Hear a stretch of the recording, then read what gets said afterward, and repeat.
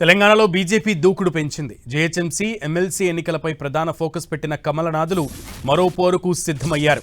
కాంగ్రెస్ ప్రభుత్వం వ్యతిరేక విధానాలను ప్రజల్లోకి తీసుకెళ్లేందుకు సిద్ధమైనట్లు తెలుస్తోంది. అందుకోసం రేపు హైదరాబాద్లో కీలక సమావేశం ఏర్పాటు చేశారు.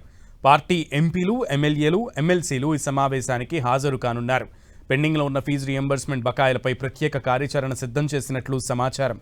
క్యూర్ పాలసీ, ప్రభుత్వ భూముల కబ్జాలపై పెద్ద ఎత్తున పోరాటం, గ్రేటర్ ఎన్నికల యాక్షన్ ప్లాన్పై సుదీర్ఘంగా చర్చించే అవకాశం కనిపిస్తోంది. తెలంగాణలో బీజేపీ కార్యాచరణ ప్రత్యేక వ్యూహానికి సంబంధించి పూర్తి సమాచారం మా ప్రతినిధి అజయ్ అందిస్తారు. బీజేపీ రాష్ట్ర అధ్యక్షుడు రామచంద్రరావు అధ్యక్షతన ఒక కీలక సమావేశం జరగనుంది రాష్ట్ర కార్యాలయంలో. ఈ సమావేశంలో బీజేపీకి సంబంధించినటువంటి ఎంపీలు, ఎమ్మెల్యేలు, కీలక నేతలు పాల్గొనున్నారు. పార్టీ భవిష్యత్ కార్యాచరణ, ఇక్కడ రాష్ట్రంలో ఉన్నటువంటి తాజా రాజకీయ పరిస్థితులు, కాంగ్రెస్ అవలంబిస్తున్నటువంటి ప్రజా వ్యతిరేక విధానాలు, గత ప్రభుత్వం అవలంబించినటువంటి విధానాలపైన ఒక చర్చించనున్నారు. అదేవిధంగా పార్టీ తరఫున చేయాల్సినటువంటి కార్యక్రమాలకు ఒక కార్యాచరణ రూపొందించుకొని పకడ్బందీ వ్యూహంతో పార్టీ బలోపేతానికి కావాల్సినటువంటి నిర్ణయాలన్నింటి కూడా తీసుకునే అవకాశం అయితే ఉన్నట్టుగా తెలుస్తుంది. ఇప్పటికే ఈ అంశంపైన ఢిల్లీలో ఎంపీలతోటి సమావేశమైనటువంటి బీజేపీ జాతీయ అధ్యక్షుడు నితిన్ నబీన్ సూచనల మేరకు రేపు ఈ సమావేశం జరగనుంది.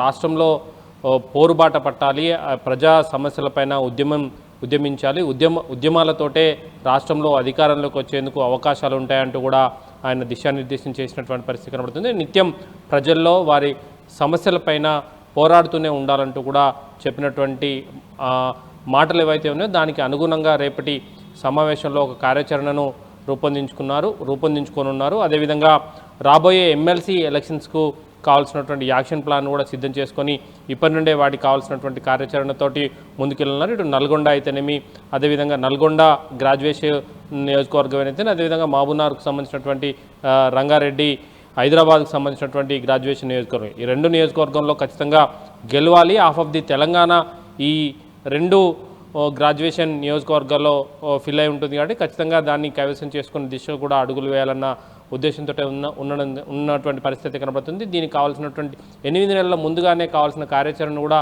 సిద్ధం చేసుకుంటున్నటువంటి సందర్భం కనబడుతుంది. వీటితో పాటు జిహెచ్ఎంసీ ఎన్నికలకు కూడా సిద్ధమవుతున్నటువంటి పరిస్థితి మనకు కనబడుతుంది. ఇప్పటికే వీటికి కావాల్సినటువంటి సమావేశాలను చాలా సందర్భాల్లో నిర్వహించడం జరిగింది. అయితే జిహెచ్ఎంసీ పరిధిలో ఉన్నటువంటి సమస్యలు ఏంది, ముఖ్యంగా క్యూర్ ఏరియాలో ఉన్నటువంటి సమస్యలు, ఇక్కడ డ్రైనేజీ సమస్య అయితేనేమి, ఒక మూసి అభివృద్ధి పేరుతో ల్యాండ్ యాక్విజిషన్ అయితేనేమి, ప్రభుత్వ భూముల కబ్జాకు సంబంధించినటువంటి అంశాలు అయితేనేమి, వీటన్నిటిని కూడా ఐడెంటిఫై చేస్తూ వాటికి క్షేత్రస్థాయిలో ప్రజల తరఫున పోరాటాలు చేయడం సంబంధించినటువంటి అంశాలను కూడా సిద్ధం చేసినటువంటి పరిస్థితి కనబడుతుంది. వీటితో పాటు ఇప్పటికే ఫీజు రీయింబర్స్మెంట్ అంశంతో ప్రజల్లోకి వెళ్తున్నారు, విద్యార్థులకు వెళ్ళి కాలేజీలోకి వివరిస్తున్నారు.